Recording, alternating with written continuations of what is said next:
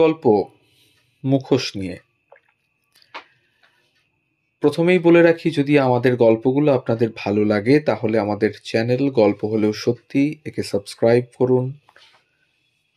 পরবর্তী গল্প পেতে বেল আইকনটি প্রেস করে রাখুন এবং কমেন্টের মাধ্যমে জানান কেমন লাগছে। দিনাজপুর মুখোশের দেশ। মুখোশকে স্থানীয় ভাষায় বলে মোখা। এই মুখোশ তৈরি রীতিমতো পবিত্র ব্যাপার দিনাজপুরের শিল্পীদের কাছে। স্নান সেরে শুদ্ধ শুচি হয়ে কাঁচা কাপড় পরে বসতে হয় মুখোশ তৈরিতে। মুখোশ করার প্রথম দিনে মাছ মাংস ডিম ছুঁয়েও দেখেন না তারা। এছাড়া আরও কিছু সংযম পালন করতেই হয়। মদ্যপান এই কদিন নৈব চল। মুখোশ শিল্পীদের স্থির বিশ্বাস, নিয়ম বা আচার অমান্য করলে শিল্পীর মৃত্যু অবধারিত। অনেকে মিলে নিয়ম না মানলে বড় কোনো দুর্যোগ নেমে আসবে সবার উপরে, তাতে ক্ষতি হবে এমনকি নির্দোষীদেরও। এমন ঘটেছে নাকি প্রশ্ন করলে হাঁ হাঁ করে ওঠেন দুই দিনাজপুরের ইটাহার, হেমতাবাদ, কুশমুন্ডি, গঙ্গারামপুরের শিল্পীরা। কত ঘটেছে এমন। এই তো প্রশান্ত রায় মারা গেল বাজ পড়ে। মোখা বানাতে গিয়ে প্রথম দিনেই মাংস ও বাজে নেশা করেছিল।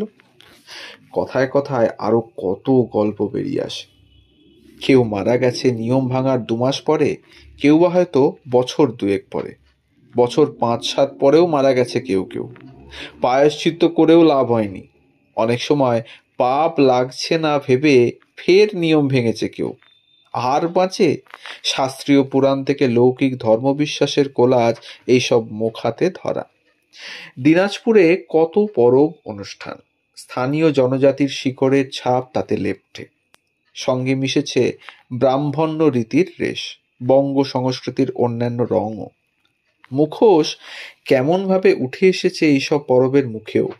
গমিরা, চোর চুরুনির গান, জিতুয়া পুজোর নাচ, লক্ষ্মী আলার নাচ, খেলার গান, হালুয়া হালুয়ানি পালা, চণ্ডী মনসার গান, ক্ষণ গান, এইসব পরবে মোখা না থাকলে চলবেই না। এই মোখা নাচ বেশ প্রাচীন। বাংলার মধ্যযুগের কাব্যগুলি থেকে তার প্রমাণ পাওয়া যায়। দিনাজপুরের কবি তন্ত্রবিভূতির মনসা পুরাণ, জগজ্জীবন ঘোষালের মনসা মঙ্গল, মানিক দত্তের চণ্ডী মঙ্গল কিংবা রামাই পণ্ডিতের শূন্য পুরাণের মতো গ্রন্থগুলিতে দিনাজপুরের গমিরার উল্লেখ আছে। তবে এই মোখা নাচের ইতিহাস আরও পুরনো। দিনাজপুরের সাবেককালের রং এতে লেগে। যেমন ধরা যাক গমিরার পরব চৈত্র সংক্রান্তিতে শুরু হয়ে পরব গড়ায় আষাঢ়ে অম্বুবাচী পর্যন্ত। গম্ভীরার নাচ লোকমুখে গমিরার নাচ হয়েছে। শুধু নাম না, বদলেছে পরবের ধরনও।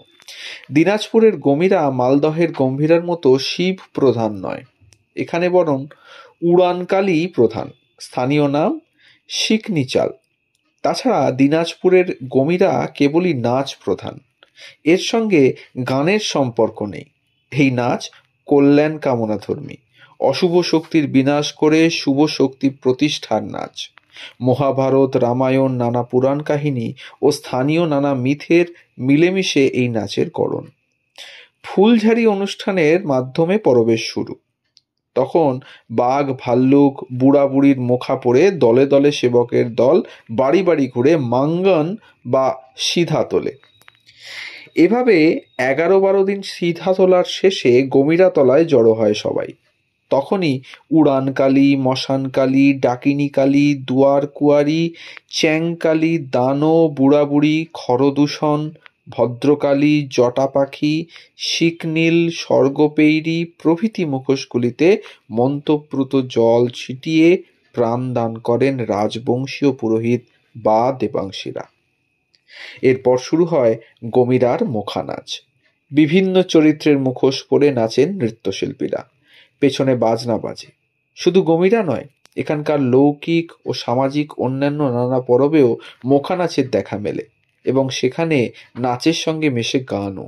যেমন চোর চুয়ানির গানে পেয়াদা, কারকুন ও ভল্লুকের মুখোশ পরা মোখা নাচ, সামন্ততান্ত্রিক সমাজের নানা অত্যাচারের রূপকল্প এতে এখনো জড়িয়ে লেপ্টে আছে। ব খেলার গানে মোখার নাচও বিখ্যাত। ব অর্থে ব্রত।